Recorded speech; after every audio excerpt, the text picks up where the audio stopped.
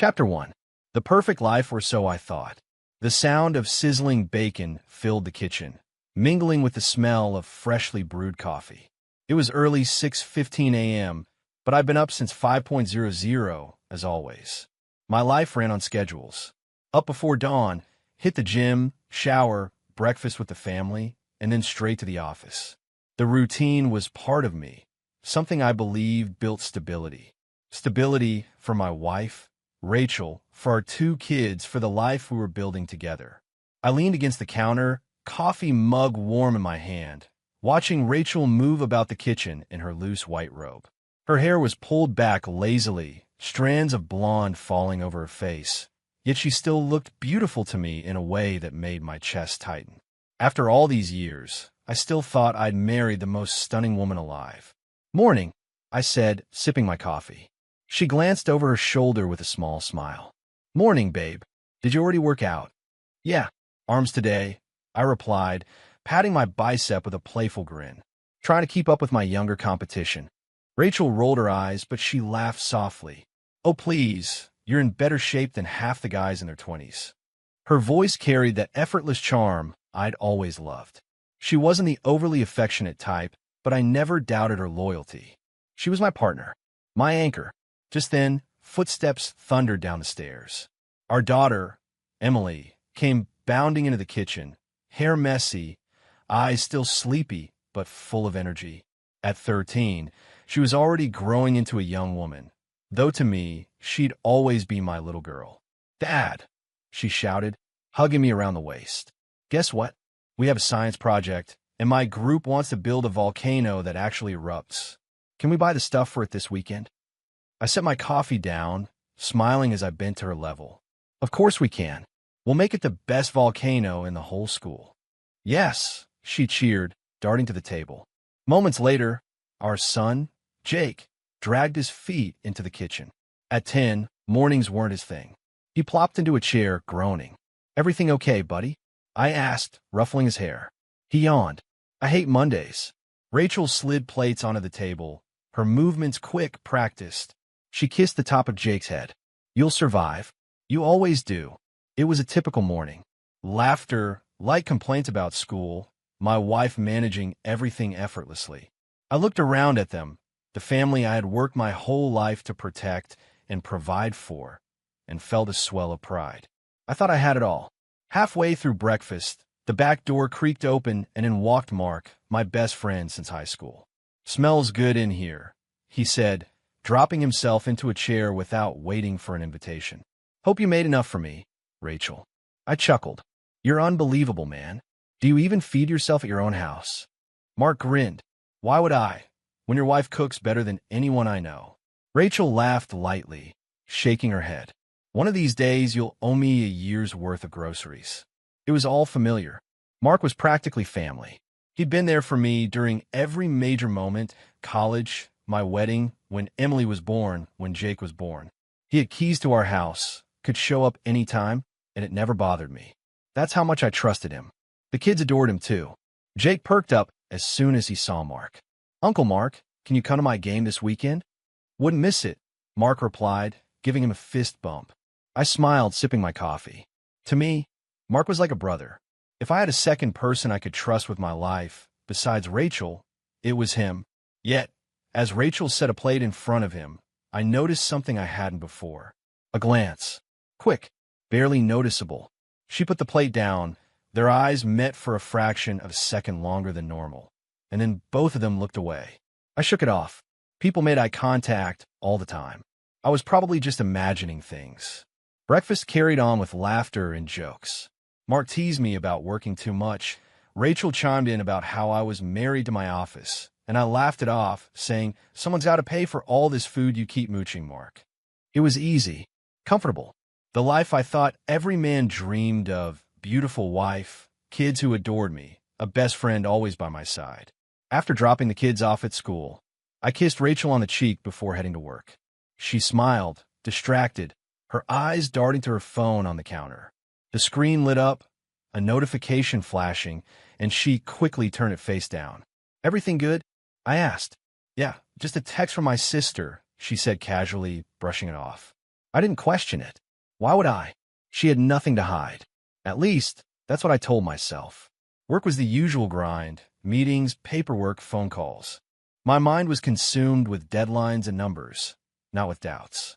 But that evening, when I came home, Rachel was on the phone in the living room, speaking in hushed tones. She lowered her voice the second she saw me. "Okay, I'll talk to you later," she whispered before hanging up quickly. "Who was that?" I asked, dropping my briefcase. "Just Emily's teacher," she replied smoothly, slipping her phone into her pocket. "Nothing big. Some update about the science project." "Oh, all right," I said, loosening my tie. She smiled faintly, but it felt strained. That night, after dinner, we sat on the couch watching TV. Mark had stopped by again, beer in hand, cracking jokes. At one point, he leaned back and tossed a cocky remark my way. "You know, man, if you're not careful, I might just steal this family from you. You're gone so much at work, they'll forget who the real dad is." He said it with a smirk, and Rachel laughed too hard. I chuckled too, brushing it off as one of his bad jokes, but something about it lingered. The way Rachel's hand rested just a little too comfortably on the couch cushion close to his leg. The way their laughter felt synchronized. I told myself it was nothing, that I was being paranoid, because I had the perfect life. Or so I thought. Chapter 2. Strange Shifts. The first time I noticed something different, it was small, so small that most men would have laughed it off. Rachel had always left her phone lying around the house. Kitchen counter, nightstand, coffee table, she never cared. But one evening, while I was flipping through channels in the living room, I heard the faint buzz of her phone on the counter. She was upstairs folding laundry, so, without thinking, I glanced at the screen. It was just a notification, a message preview, but the name was hidden, only the first letter showed, an M. Before I could read more, Rachel's voice startled me from the stairs. "What are you doing?" I turned, phone still in my hand. "Nothing, it just buzzed. Thought it might be Emily or Jake." She came down quickly, a little too quickly, and snatched the phone from my hand. Her smile was thin, almost forced. "It's nothing important. Work stuff." I chuckled nervously, holding on my hands. "Relax, I wasn't snooping." "I know," she said, softening her voice, though her eyes stayed hard for a second longer. Then she kissed my cheek. "Sorry. Long day. I'm just tired." And just like that, the moment passed. At least on the surface. But something about the way she clutched that phone, like it was a lifeline, lodged itself in my mind. Over the next few weeks, little changes started stacking up like bricks in a wall I didn't want to see. Rachel began working out at odd hours. She'd never been much of a night owl, but suddenly she was slipping out after dinner, gym bag slung over her shoulder. "Since when do you hit the gym at 9:30 at night?" I asked one evening as she tied her sneakers. She flashed a quick smile. "Since I realized I hate the crowds during the day. It's quieter at night." I looked at her, searching for sincerity. "All right, well, don't overdo it." She kissed me quickly and was gone. I sat there for a long time, staring at the door. I tried to picture her running on a treadmill, earphones in, sweat dripping down her forehead. But another image tried to creep in, one I quickly shoved aside. Then came the absences. "I've got errands," she'd say. Or, "I'm meeting a friend for coffee." Harmless explanations, but they always came with vague details. "Which friend?" I asked once casually. She hesitated, just for a moment, then said, "Melissa, you don't know her that well." And I let it go, because that's what I did. I trusted. Mark's visits became more frequent, too. I'd pull into the driveway after a long day at work and see his car already parked there. He'd greet me like nothing was unusual, a beer in hand, laughing with Rachel in the kitchen. "Hey man," he'd say, clapping me on the back. "Just thought I'd check in, see how things are." Sometimes, he'd be watching TV with Jake, or helping Emily with her homework. Always comfortable, always at home. One Thursday, I came home early, surprising even myself. I walked in and found Mark sitting at the table with Rachel. They were close, leaning in, laughing about something I couldn't hear. When they saw me, Rachel straightened quickly. "Hey, you're early," she said, her tone just a little too bright. Mark grinned like nothing was off. "What? A guy can't come hang out with his favorite people." I laughed, but the sound felt hollow. "You sure you don't have a life of your own, man?" He smirked. "You work too much," so I'm just making sure your family doesn't get lonely. It was a joke. It had to be, but something about the way Rachel's hand lingered near his on the table stuck in my mind. Nights grew quieter between us. In bed, Rachel would roll to her side, her phone still in her hand, screen light glowing against her face as she typed quickly, smiling faintly at whatever was on the screen. "Who are you texting?" I asked one night, my voice careful. She clicked the phone off instantly, placing it on the nightstand. "Just a friend. Go to sleep. You worry too much." And then she turned over, ending the conversation. I lay there staring at the ceiling, my chest tight. The thought crossed my mind, what if something's going on? But I hated myself for even thinking it. This was Rachel, my Rachel, the woman who had given me children, stood by me for years. She was tired, that was all. Stressed. Maybe she just needed space. That had to be it. One Saturday, I decided to test myself. Rachel said she was heading to the gym again. Instead of sitting home, I grabbed my keys. "Mind if I join you?" I asked with a grin. Her face flickered barely, but I caught it. Then she smiled too quickly. "Actually, I'm meeting a trainer for a one-on-one. It'd be awkward if you were there. Maybe next time." "Oh, sure. Next time," I said, forcing a smile. When she left, I stood by the window, watching her car disappear down the street. I thought about following. The idea scared me. Not because I didn't want to know, but because I wasn't sure I could handle the truth if I found it. The following week, Emily said something that nearly knocked the wind out of me. "Uncle Mark helped Mom fix the sink today," she said at dinner, chewing casually. "He's always here when you're at work." I froze, fork halfway to my mouth. "Oh, is that right?" Rachel laughed softly, brushing it off. "Mark's just handy, that's all. He offered to help while you were busy." I smiled weakly. "Yeah, he's always been good with tools." But inside, a storm churned. Why didn't she tell me? Why didn't I know he was over here today? Still, I said nothing. The doubts came at night, gnawing at me in the silence. Was I being paranoid? Was I overanalyzing every glance, every laugh, every late-night trip out the door? I replayed our mornings, her excuses, Mark's jokes. The phone clutched to her side like it was another limb. The way she seemed to shrink when I asked too many questions. And then I'd scold myself. "You're tired. You're working too hard. You're imagining things. Rachel would never betray you." So I swallowed the unease. I told myself love meant trust, and trust meant giving her the benefit of the doubt. Even as the shadows lengthened around me. Even as the laughter between them felt sharper, secretive. Even as my gut screamed louder every day. I brushed it off. Convinced myself she was just stressed. Convinced myself I wasn't the kind of man who got paranoid. Because that was easier than facing the alternative. Chapter 3. Cracks in the Foundation. The first thing to change was the silence. Rachel had always been the one to laugh the loudest, to fill our home with warmth. Even when we were tired, even when money was tight in the early years, she had a way of climbing into my arms at night and reminding me that we were in it together. But now, nights had grown cold, literally. She turned her back to me in bed, curling up tight, like a fortress. The once effortless closeness felt forced whenever I tried to bridge the gap. One night, I slid closer, my hand resting gently on her hip. "Hey," I whispered, kissing her shoulder. She stiffened, not even turning her head. "I'm exhausted. Can we not tonight?" My chest sank. "Of course. Sorry." I rolled to my side, staring into the dark.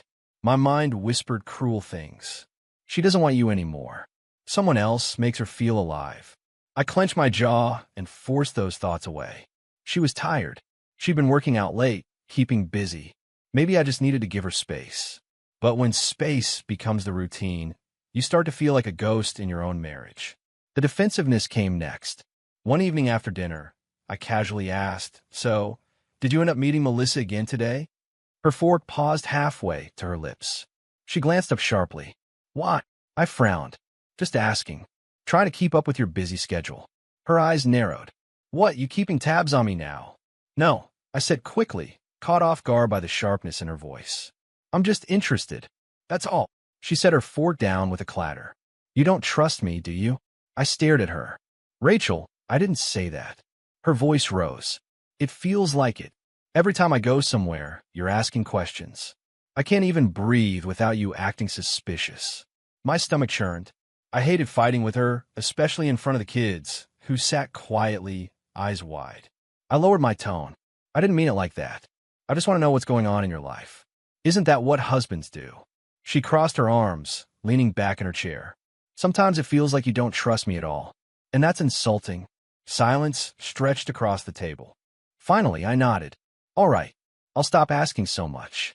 Her shoulders eased, but the look she gave me was unreadable.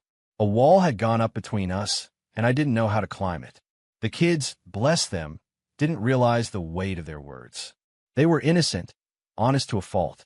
One Saturday morning, while I was repairing a loose cabinet door in the kitchen, Emily plopped down beside me with a juice box in hand. You know, Dad, Uncle Mart's way faster at fixing stuff than you are, she said cheerfully. He helped Mom fix the leaky faucet last week. I froze, screwdriver in hand. Oh, did he now? Yeah, he's always helping Mom when you're at work. Like when the Wi-Fi wasn't working. He fixed that too. She sipped her juice and added with a grin. Mom says Uncle Mark's like our handyman. Something cracked inside me, though I kept my face calm. Well, Uncle Mark's good at that kind of stuff, I said evenly. Emily shrugged. I guess, but you're good at other things. Like science projects. She giggled, then skipped off, leaving me alone with the sound of my heart pounding in my ears. Later that evening, as Rachel cleared the table, I couldn't stop myself. Why didn't you tell me Mark's been fixing things around here? I asked, trying to keep my tone neutral. She stiffened, not looking at me. Because it's not a big deal. It is to me. I'm your husband. If something breaks, I should be the one you ask. She whirled around, eyes flashing.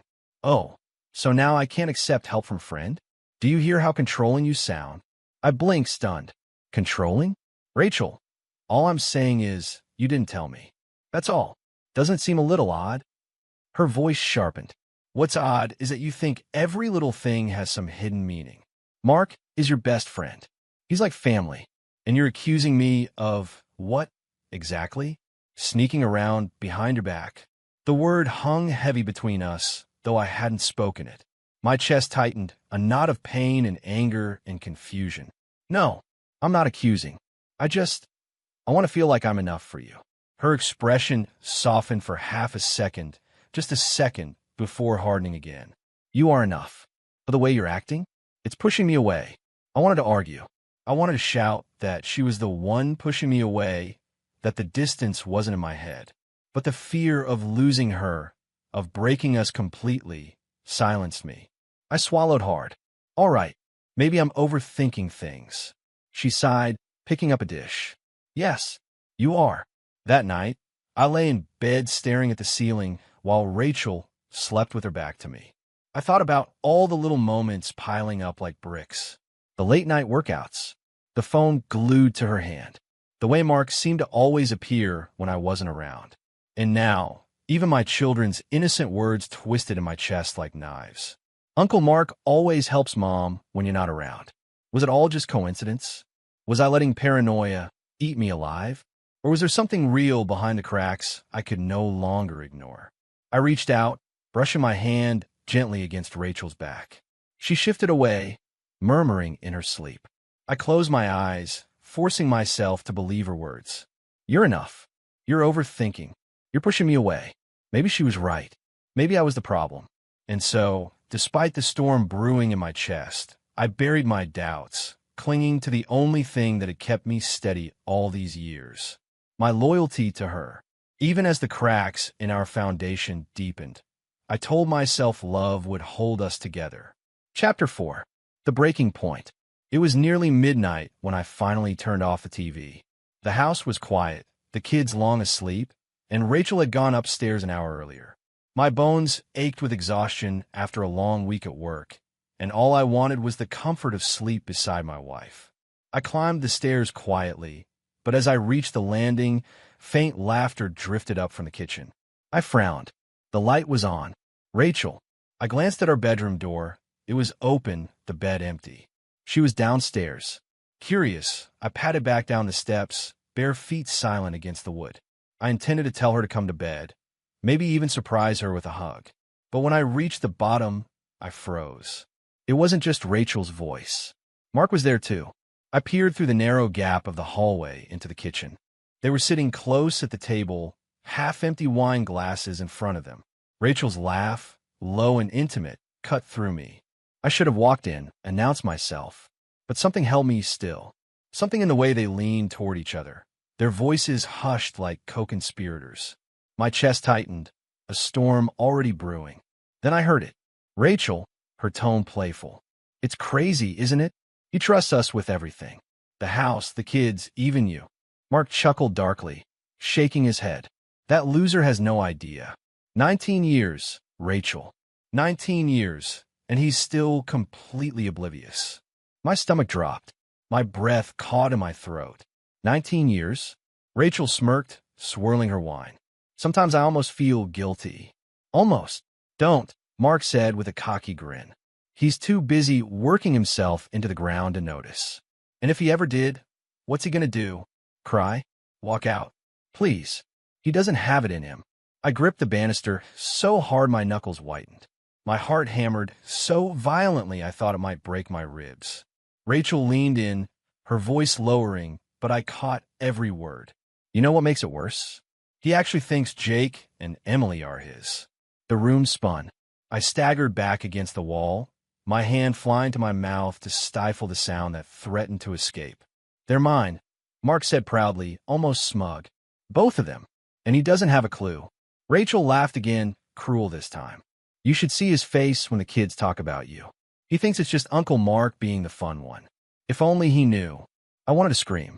I wanted to storm in and tear the room apart, demand answers, shake the truth out of them.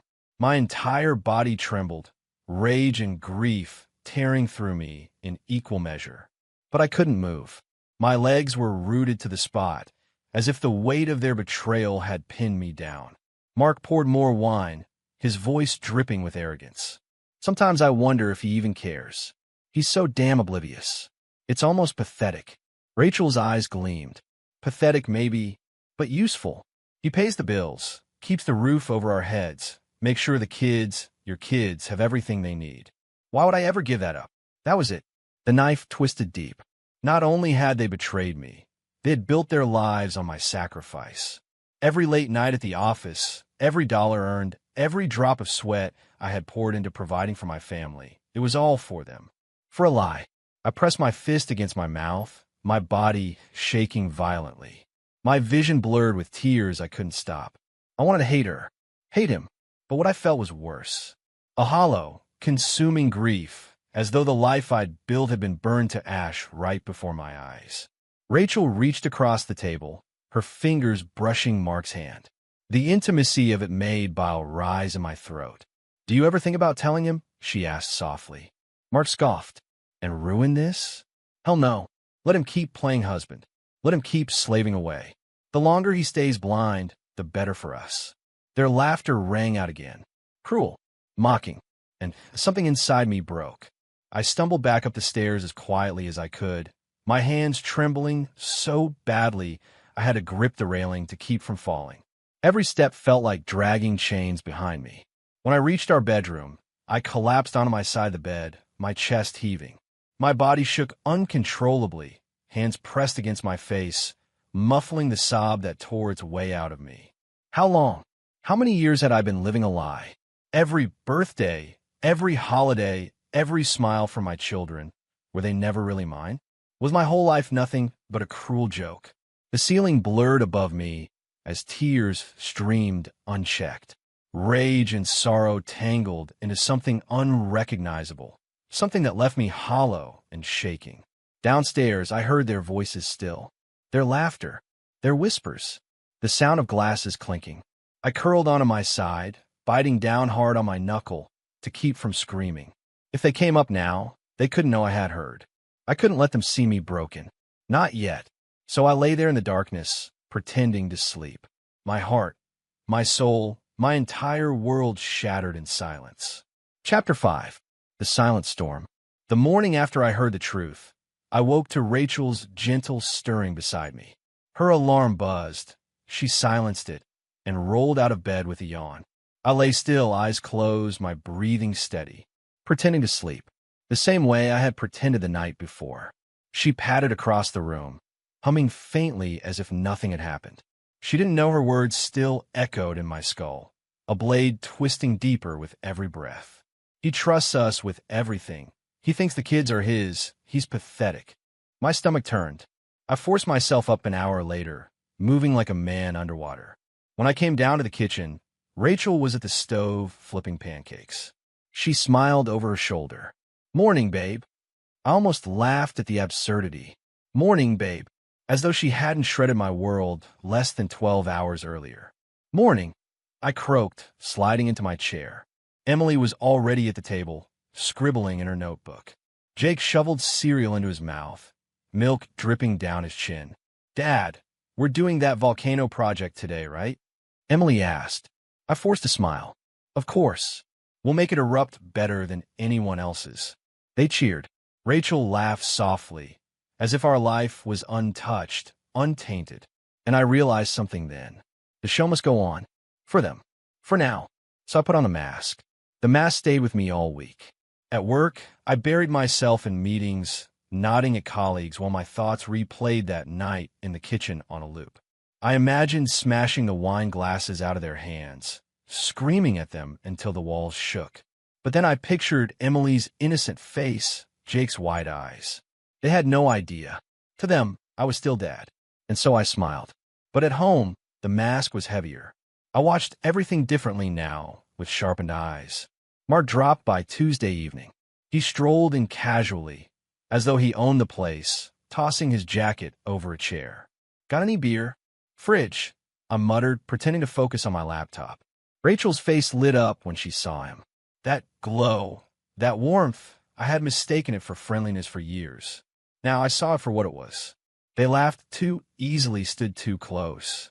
When Rachel brushed past him, her hand lingered a second longer than it should.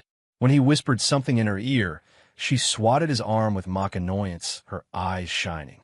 And me? I sat there, invisible. How long has it been like this? I asked myself. Was I blind all these years? Were my children's first steps celebrated in secret by him, too? Did she whisper to him about my promotions, my late nights, my weaknesses? Every memory I had of them twisted into something ugly, poisoned by the truth. One evening, as Rachel washed dishes, I stepped behind her. My hand touched her waist, not out of desire, but out of need to see how she'd react. She stiffened, just slightly. "Enough. You okay?" I asked softly. "I'm fine," she said quickly, not turning. "Just tired. Tired. Always tired." I wanted to scream. "Tired of me, you mean? Tired of the lie." Instead, I kissed her temple and whispered, "I love you." She froze for a moment, then forced a smile. "Love you too." The words hit me like a slap. They were hollow now, empty. At night, while she slept, I lay awake, staring at the ceiling, fury and grief coiled inside me like snakes. My mind ran through possibilities. Confront her? Tear the truth out? No. Too easy. Too merciful. Confront him? Risk a fight that might end with my children waking to screams? No. No. I needed something better. Something permanent. Revenge. The word tasted bitter but satisfying on my tongue. If Rachel and Mark had built their little world on my back, I would tear it down, brick by brick, until they stood in the ruins. But to do that, I had to be careful. Strategic. I had to play the part of the oblivious husband just a little longer. So the mask stayed on. The children, unknowingly, twisted the knife deeper with their innocent comments. "Uncle Mark always helps Mom when you're busy," Jake chirped one evening, bouncing a basketball against the garage wall. I forced a smile. "Yeah, he's good like that. He said he's going to teach me how to throw a curveball." Jake grinned proudly. I nodded, my heart breaking. "Of course he is, because he thinks you're his son." Later that night, Emily asked, "Dad, why don't you hang out with Uncle Mark more? He's so much fun. You two used to do everything together." I swallowed hard, my throat burning. "We just grew up, that's all. People get busy." Her face scrunched in confusion. "But you're best friends." The words echoed in my skull like a cruel joke. Best friends. Rachel grew bolder in her secrecy, or maybe I was just seeing clearly now. Her phone, always locked. Her gym sessions, longer. Her mood swings sharper. One Friday night, she slipped into bed smelling faintly of cologne, not mine. I rolled to my side, forcing steady breaths, pretending to sleep. Inside, my blood boiled. I imagined standing, tearing the covers off, demanding the truth. But I didn't. Not yet. Because rage without control is chaos. And chaos wasn't what I wanted. I wanted destruction, precise, deliberate destruction. The house felt different now. Every room was haunted by whispers. The kitchen, where they mocked me. The living room, where they laughed behind my back. The bed, where she turned away from me while maybe dreaming of him. But I played my role. I laughed with the kids, mowed the lawn, paid the bills. To Rachel, I was still her steady husband. To Mark, I was still the oblivious fool. They had no idea the storm was brewing inside me. The storm of a man betrayed, humiliated, stripped of everything he thought he was. And storms, once unleashed, destroy everything in their path. Chapter 6. The Betrayal Confirmed. The storm inside me had sharpened into something colder.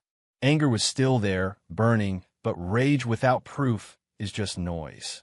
I needed facts. I needed certainty. If Rachel and Mark thought I was blind, then blindness would be my weapon. Let them keep believing I was the fool. I would use it to tear everything apart. So I began watching, listening, collecting. It started with the phone bills. Rachel always brushed me off when I asked about them, said she handled the accounts, that there was no need for me to worry.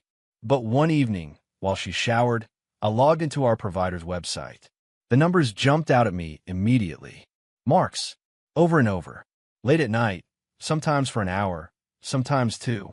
Texts at dawn, calls during her workouts, and long silences from her end when she'd been busy. I printed the logs and slipped them into a folder I'd hidden in the garage, beneath a box of old tools. My hands shook as I did it, but not from uncertainty. From clarity. I wasn't paranoid. I wasn't imagining shadows. The shadows were real, and they had names. But it wasn't enough. So I listened. Rachel had grown careless, maybe too comfortable in her lies. She'd step into the backyard to take a call, speaking in hushed tones, pacing the patio. She'd laugh, a laugh I hadn't heard directed at me in years. A girlish, flirty laugh. Once, I heard her whisper, "I can't talk long. He's here." And I nearly broke through the sliding glass door right then. But I clenched my fists and waited. Not yet. The cracks spread wider when I paid closer attention to the people around us. One Saturday, we had dinner with Rachel's parents. Her mother smiled tightly at me across the table. But when Rachel excused herself to take a call, her father cleared his throat and shifted uncomfortably. "You've been working a lot these days," he said. "Yeah," I answered. "Gotta keep the family secure." He nodded but couldn't meet my eyes. His wife reached under the table and squeezed his hand. That squeeze told me everything. They knew. Her parents, people I had respected, people who had toasted us at our wedding, people who had embraced me like a son, knew. And they said nothing. The realization came in waves after that. At my sister's barbecue, Mark joked loudly about being part of the family. Everyone laughed, but I noticed how my sister's smile faltered when she glanced at me. Like she pitied me. Pity. That night, I cornered her in the kitchen. "You ever notice Rachel and Mark being close?" She froze, eyes darting away. "Why would you ask that?" "Just curious." She forced a laugh. "No, of course not. Don't be silly." But her voice cracked on the word silly. And I knew. She knew. Even my so-called friends betrayed me with their silence. One of the guys from work, Eric, clapped me on the back during happy hour. "Man, you've got it all figured out. Wife, kids, best buddy always by your side." Some guys have all the luck. But his smile didn't reach his eyes. His tone carried something else, something mocking. I stared into my beer, feeling my skin crawl. Had they all been laughing at me this whole time? Watching me brag about my family vacations, my faithful wife, my loyal friend, while behind their eyes they whispered the truth I never saw. The humiliation ate at me more than the betrayal itself. Not only had I been deceived, but I had been made into a joke, a clown of my own life. The weight grew heavier with every new piece of evidence, every awkward glance, every forced smile. My heart no longer ached, it calcified. At night, I sat in the dark living room, listening to the quiet hum of the refrigerator, staring at the shadows stretching across the floor. 19 years. 19 years of marriage, 2 children, countless sacrifices, and all of it built on lies. Rachel had taken my devotion and used it as her alibi. Mark had taken my friendship and twisted it into his ticket inside my home. And everyone else, her parents, my sister, my friends, had seen the truth and chosen silence. Not one person had respected me enough to tell me. Not one person had believed I deserved the truth. That was the deepest cut. One evening, while Rachel folded laundry, I tested her. "Hey," I said casually, "you talked to Mark today?" Her hands paused mid-fold. No." "What?" I shrugged. "Just asking." She forced a smile. "You're so paranoid sometimes." The word rang in my head. Paranoid. That's what liars say to keep you doubting yourself. I grinned back, hiding the venom boiling in my chest. "Yeah, maybe I am." Inside, I whispered to myself, "Not anymore." I became an actor in my own home. I kissed Rachel's cheek before work. I helped Emily with homework. I tossed the ball with Jake. I even drank a beer with Mark in the backyard, nodding along to his jokes while imagining smashing the bottle across his smug face. They thought they still had me. They thought I was the same man, trusting, loyal, blind. But the truth had changed me. I wasn't blind anymore. I wasn't theirs anymore. Every mask I wore, every smile I faked, hardened my resolve. This wasn't just about Rachel and Mark anymore. It was bigger. It was about all of them. The ones who knew, the ones who looked away, the ones who let me carry the weight of a lie while they stood by. They thought they'd broken me. They thought I'd keep playing my role forever. But I wasn't going to confront them in anger. I wasn't going to scream, cry, or beg. That would make me the fool again. No, I would build my revenge carefully, patiently, the same way they built their web of lies, brick by brick. And when the time came, they would all watch it collapse. Not just Rachel, not just Mark. Everyone who betrayed me, everyone who stayed silent, everyone who treated me like the blind fool in my own life. I would tear it all down, and I would make them choke on the ruins. Chapter 7. The Vanishing Act. Morning came, and with it, a strange calm. I had spent the night in silence, staring at the ceiling while Rachel slept beside me. She shifted occasionally, mumbling in her dreams, unaware that everything she thought she controlled was about to collapse. For 19 years, I had lived for this family. Today, I would bury it. The plan had been forming in my head for days, maybe even weeks. Revenge doesn't need rage. It needs precision. And I was ready. When the alarm went off at 6:30, Rachel groaned and rolled over. "You getting up?" "Yeah," I said, sliding out of bed. Big day at work. Big day indeed. By 8 a.m., I was at the bank. The teller greeted me with her usual polite smile. "Good morning, Mr. Collins. What can I do for you today?" I slid my ID across the counter. "I want to close our joint account. Transfer everything into my personal account." She hesitated. "Joint accounts require, not this one." I leaned forward, lowering my voice. "I'm the primary on the account. You can check the paperwork. She's only a secondary. All I need is my signature." She tapped the keyboard, checked, and her expression shifted. "You're correct, sir." I nodded once. "Then do it." Half an hour later, the fund were mine. Every cent college savings. Rainy day fund. Emergency stash. Gone from her reach. The next stop was the lawyer's office. I had already contacted him days earlier, quietly, preparing everything I needed. Divorce papers. Property transfers. Updates to my will. "Mr. Collins," he said, sliding a folder across his desk. "Everything's set. All it needs is your signature." I flipped through the documents. Cold, legal words that would slice through the life I'd built. On one page, I paused. The inheritance clause. I picked up the pen and pressed it hard against the paper, crossing out the names I had written 19 years ago. Emily. Jacob. Not mine. Never mine. The ink bled under my grip, a black scar across their names. I added a note in bold letters. All assets to be distributed to charity upon death. My lawyer glanced at me. "Are you sure about this?" "Absolutely. Children, not mine." I cut him off, my voice like glass. He didn't press further, just nodded. "Understood." I signed the rest of the documents, every stroke of the pen severing me from the life I had been forced to play. By noon, I was at the real estate office. The house, our house, the place I had painted, fixed, repaired, and loved was already under my name alone.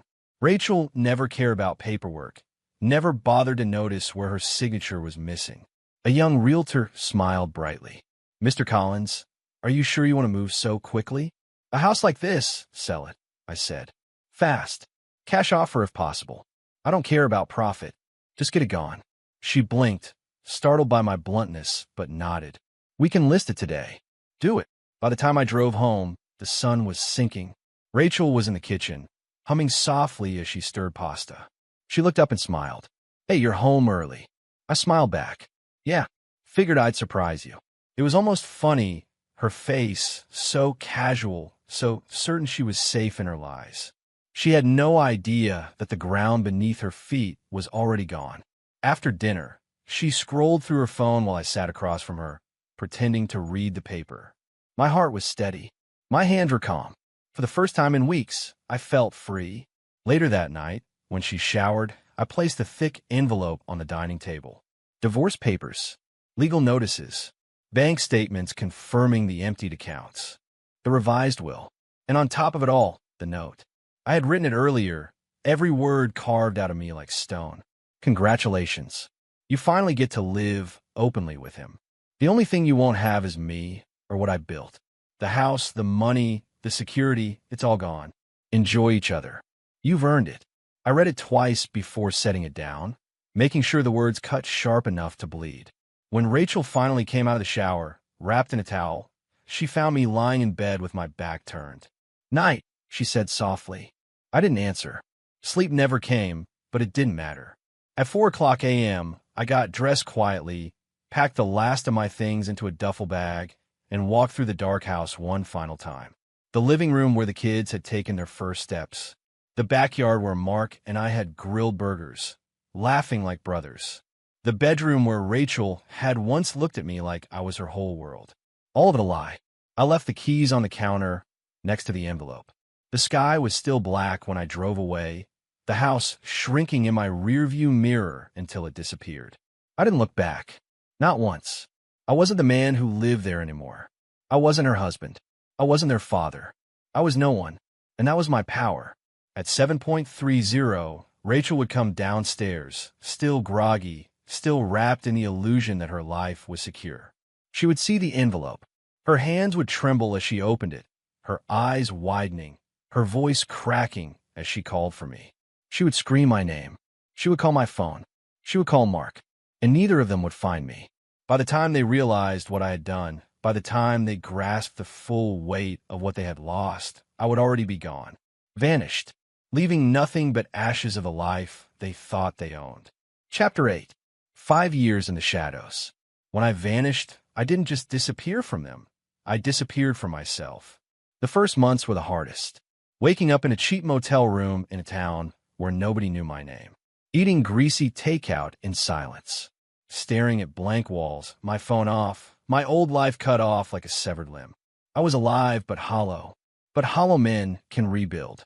At first, I worked odd jobs, anything to keep me moving and out of my head. Construction sites. Late-night janitorial shifts. Hauling crates at a warehouse. I kept my head down, cash in hand, no questions asked. But I had something most of those men didn't have. Skills. Years of working in project management, finance, and logistics. I knew how to build, how to organize, how to make money flow. One evening, in a diner in Arizona, a man named Victor slid into the booth across from me. I'd helped him out earlier that week, fixing a mess at his small shipping company. "You're wasted doing grunt work," he said, stirring his coffee. "I need a man like you. What makes you think I'm looking for anything?" I asked. He smirked. "Because men who stare out windows with eyes like yours aren't running from poverty. They're running from something worse." I didn't answer, but I took his card. That card was the doorway to my new life. Within a year, I was running operations for Victor's company, streamlining routes, cutting losses, expanding clients. Money followed. Respect followed. I didn't stop there. I invested quietly. Stocks, real estate, a few risky ventures that paid off. By the second year, I wasn't scraping by anymore. I was thriving. But every dollar I earned, every deal I made, every late night staring at spreadsheets, it all carried the same fuel. Rage. Rage at Rachel's laugh echoing in my ears when she thought I was asleep. Rage at Mark's smug tone, bragging about being the real father of the children I raised. Rage at the silence of every friend, every family member who let me live blind in my own home. People thought I was just ambitious, a man with fire in his belly. They didn't know that fire was burning me alive. I tried, God knows I tried, to let it go. I dated a little half-heartedly. A woman named Claire, a bartender with kind eyes, once asked me, "What happened to you?" We were sitting in her apartment, the city lights glowing through the window. "What do you mean?" I asked. "You look like a man who's here," she said, touching my chest, "but not here." I kissed her to avoid answering. She deserved someone whole. I wasn't him. 5 years is a long time. Long enough for wounds to scab over, but not long enough for scars to fade. Every night, when the world went quiet, I replayed it all. The whispered phone calls, the sudden coldness in Rachel's touch, the children's innocent comments about Uncle Mark helping Mommy, the way Mark grinned across the dinner table, sitting in my seat without sitting in it. It never left me. It sharpened me. I became disciplined. Gym every morning at 5.00. Miles of running, iron in my hands, sweat on my skin. A body hardened not for vanity, but for survival. I read, too. Psychology, business warfare, books on betrayal, loyalty, revenge. Sun Tzu, Machiavelli, even case studies of men ruined by infidelity. I dissected them, learning what made some collapse and others rise stronger. I swore to myself I would never be the man who collapsed. By year 3, I owned 2 properties, 3 businesses, and enough assets to walk into any room with weight. But wealth wasn't my endgame. It was a weapon. Because somewhere in the shadows of my planning, a seed had been growing. The final piece. I won't lie. I fantasized about different endings. Some nights, I imagined walking up to their house with a gun. Other nights, I pictured walking into Rachel's workplace and destroying her reputation. But those were the weak fantasies of a wounded man. The real me, the man forged in these 5 years, wanted something bigger. Not blood, not scandal, but annihilation. The kind that stripped them bare in front of everyone. One rainy night, sitting in my office, I caught my reflection in the glass. A stranger looked back at me. Stronger, sharper, colder. "You're not his friend anymore," I muttered. "You're not her husband. You're not their fool." I raised my glass of whiskey in a mock toast. "You're the storm they never saw coming." People began asking me about my past. Business partners, women, acquaintances. "Where are you from?" "Got family back home." I always gave the same answer, with a slight smile. No one worth mentioning. It was true now. Rachel, Mark, the kids, they were ghosts to me. But ghosts don't stay buried forever. By the 5th year, I had everything I needed. Money, power, connections, and most importantly, patience. Revenge isn't a quick blade, it's a slow poison. And I had spent 5 years distilling mine into perfection. I had files, photos, conversations overheard before I vanished, legal records, proof of their lies, their manipulation, their betrayal. And with every piece, the plan grew sharper. But in the quiet moments, when I lay in my penthouse bed or stared at the ceiling of my office, I asked myself one question. Why?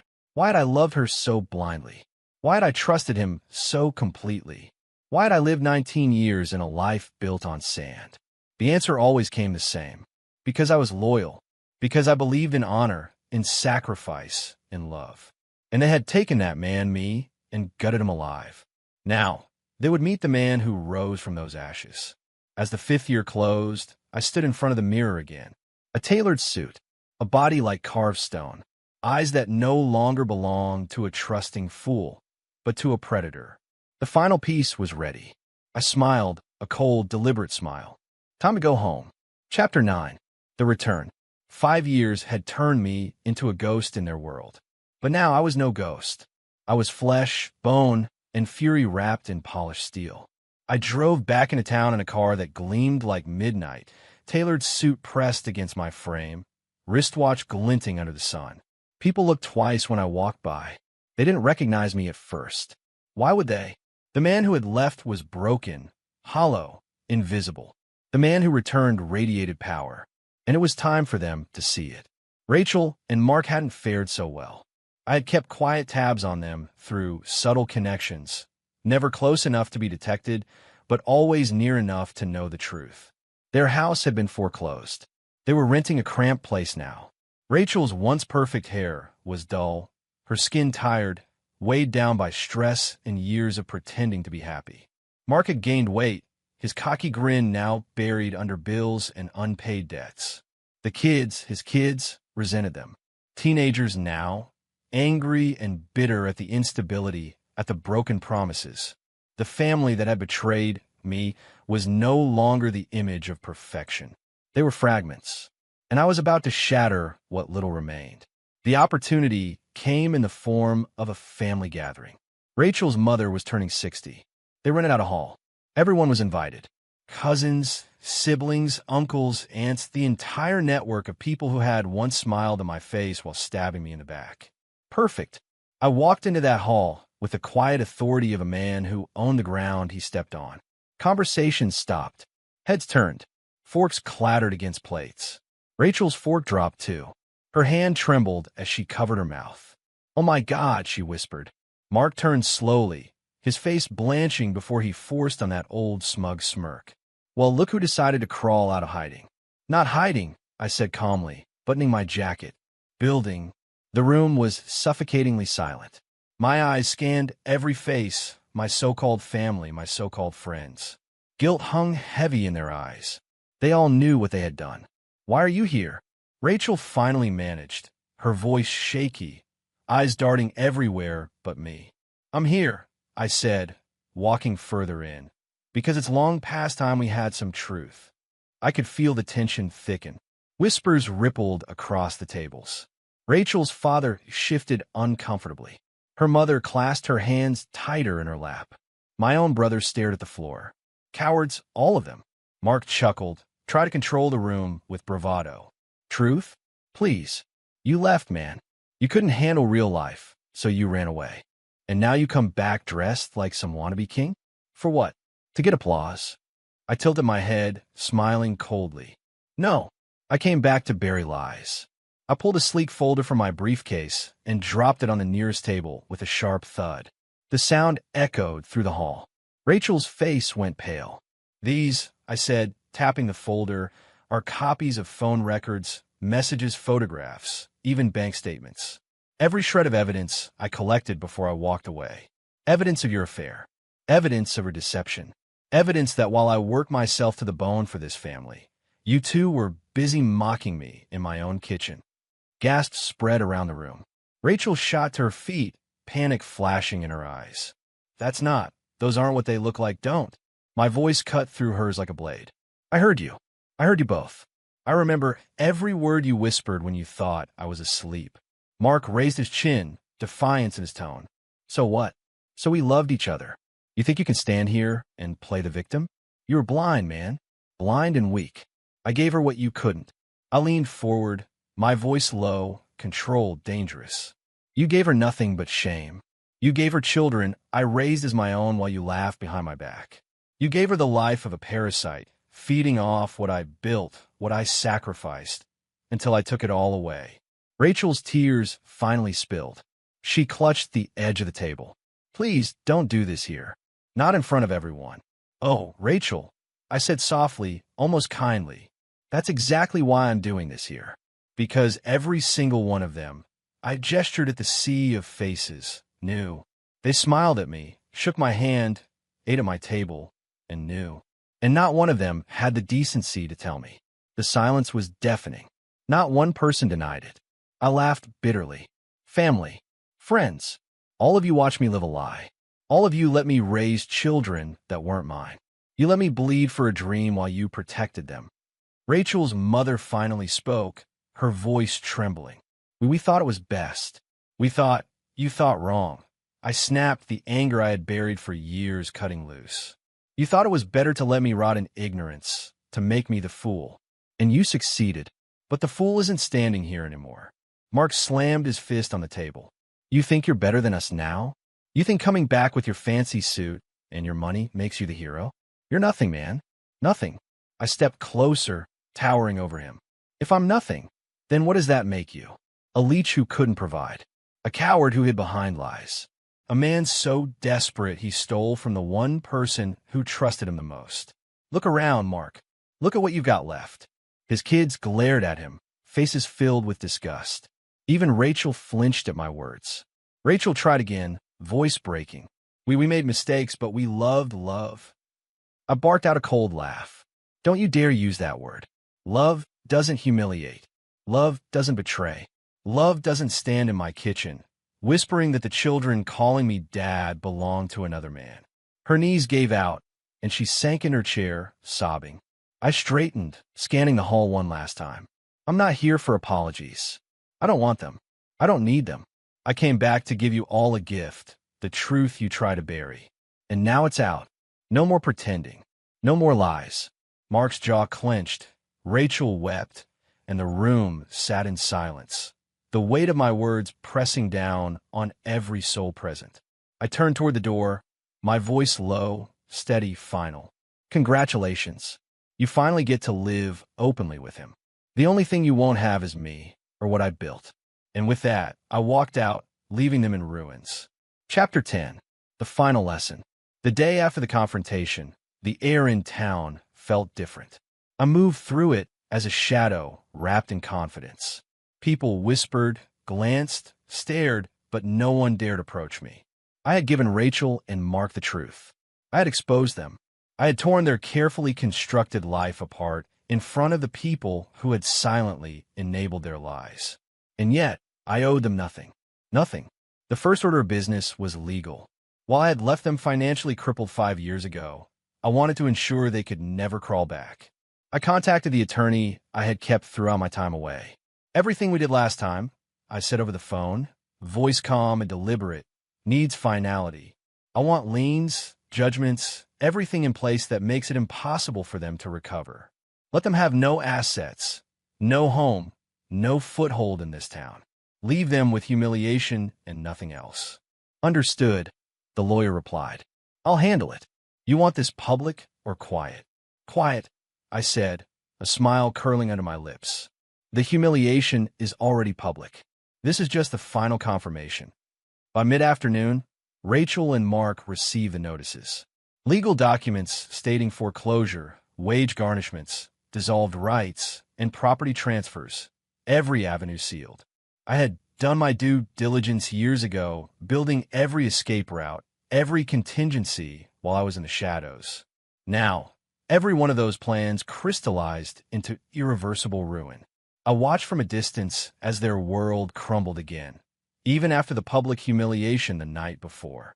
The look on Rachel's face, a mixture of panic, regret, and disbelief, was nearly cinematic.